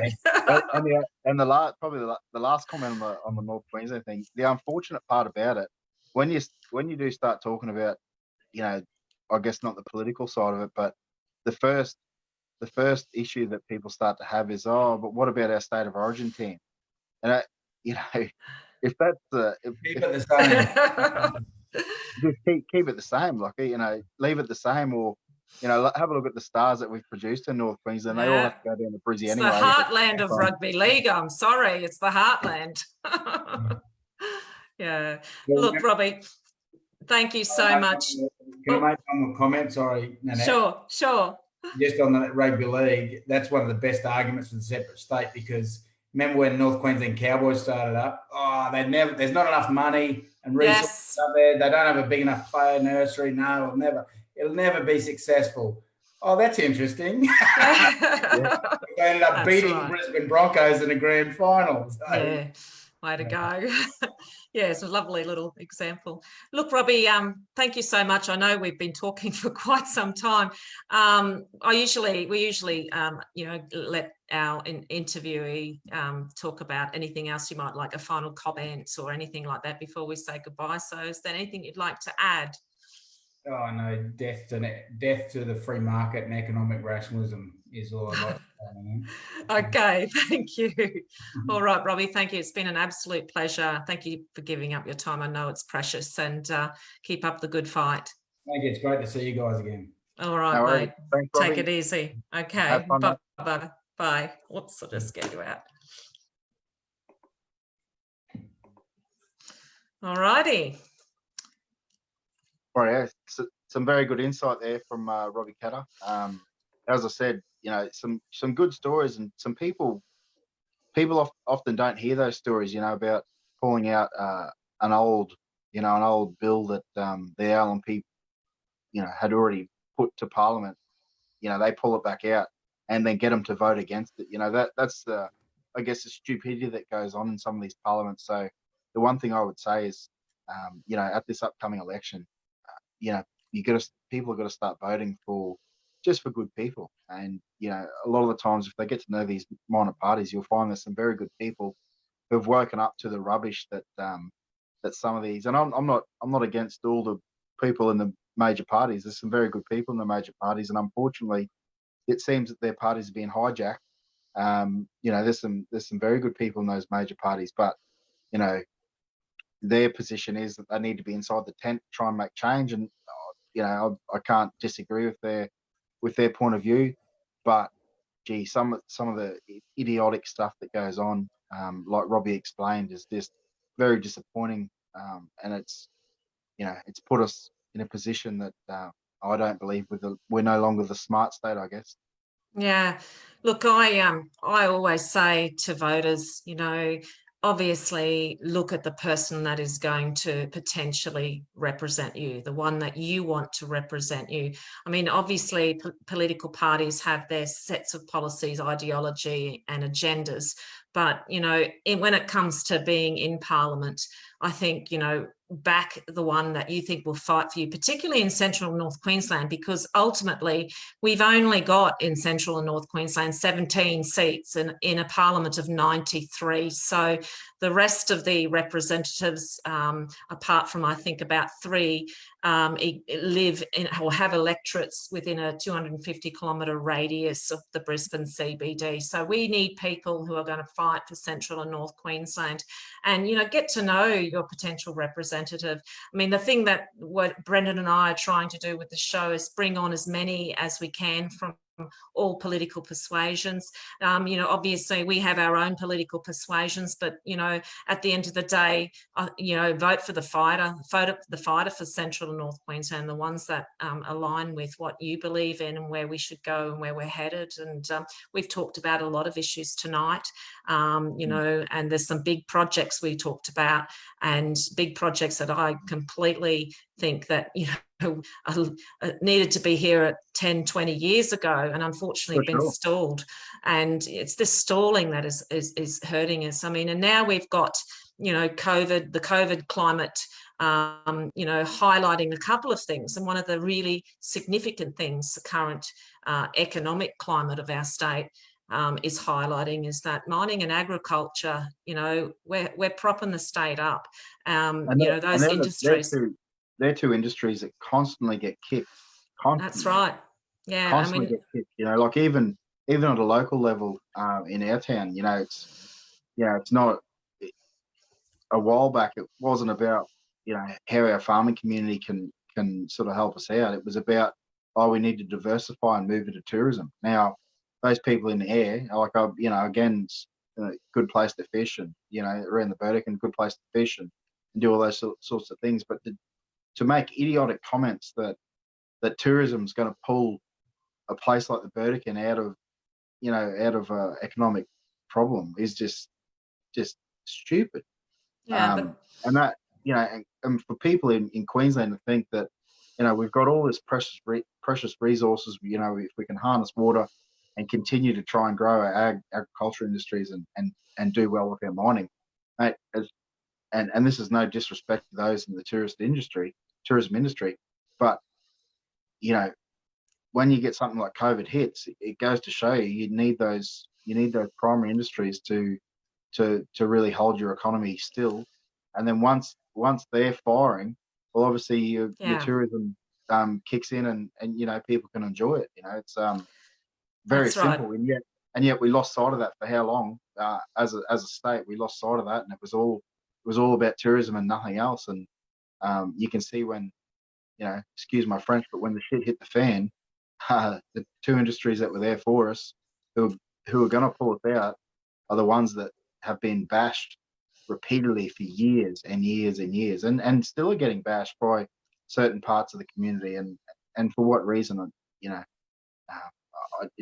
It's beyond belief that they still want to bash those industries when they're the ones that are going to pull us out of this. Yeah, I mean, obviously we've got to have that balance too. I mean, we just don't mine for the sake of mining either. We've got to, protect our environment. But most of the people that live in the north and central Queensland understand this, because it's our backyard. It's our community. We don't want to destroy our communities. No. So, but yeah, no, it was a great chat tonight, Brendan. And it's always good to. Yeah, and thank you very much. I know you've had a hectic time to get to the show by our kickoff, but it's great. So next week we are having a week off. I'm on school holidays. I'm actually on a road trip. I'm going all the way down to Rocky and probably inland or along the coast. So I'm going to enjoy things a bit. I'm going to enjoy our central North Queensland quite a bit. So we'll have next week off. Yeah, no, it'll be good, Nanette. You have fun on your holiday, and make sure you get some time to relax and have fun and explore, and stay safe on the roads. Yeah. And try and get some photos. It'd be interesting to see if we can upload some photos, or even have them as your backdrop or something when you come back. Yeah, no, I definitely will do that. All right. Well, you have a great weekend, and we'll talk again soon. Thank you to our viewers. I hope you enjoyed the show tonight. Thanks a lot, guys. We'll see you in a few weeks. Bye.